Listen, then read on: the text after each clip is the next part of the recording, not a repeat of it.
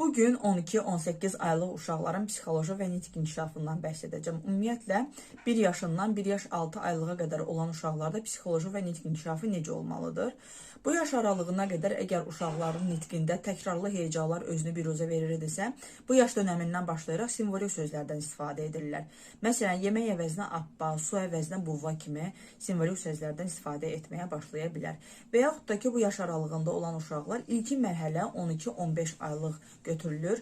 Yəni, bu yaş dönəmi nitqə hazırlıq mərhələsidir. Artıq uşaq yavaş-yavaş nitqə açılmağa başlayır. Və simvolik sözləri də məhz bu yaş dönəmində istifadə etməyə başlayırlar. Digər bir göstərici əlamət isə uşaq qarşısında olan əşyanı ondan istədikdə artıq qarşısındakı şəxsi uzatmağı verməyə bacarmalıdır. Və yaxud da hər hansı bir şəxs onunla sağollaşdıqda sağollaşmağı bacarmalıdır. Ətrafında tanıdığı əşyalardan hər hansı birini göstər dedikdə işarə barmağı ilə göstərməyə bacarmalıdır. Və növbəti mərhələ isə 15-18 aylıq aralığı dönəmdə, yəni 1 yaş 3 aylıq, 1 yaş 6 aylıq aralığı dönəm.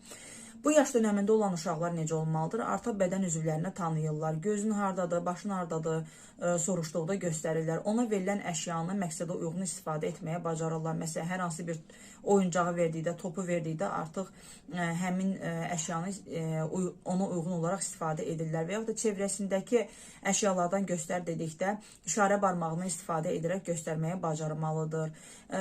Şəkilli kitaba baxdıqda orada tanıdığı əşyalardan göstərə bilər. Ümumiyyətlə, bu yaş aralığında olan uşaqlarda, deyək ki, 1 yaş 6 aylığına qədər götürülür. Bu yaş aralığında olan uşaqlarda artıq 30-a yaxın kəlmə istifadə edə bilər. Şərt deyil 30 kəlmə olsun, amma 30 kəlməyə, yəni 25-20, yəni bu miqdarda kəlmələrdən istifadə etməyə bacara bilər.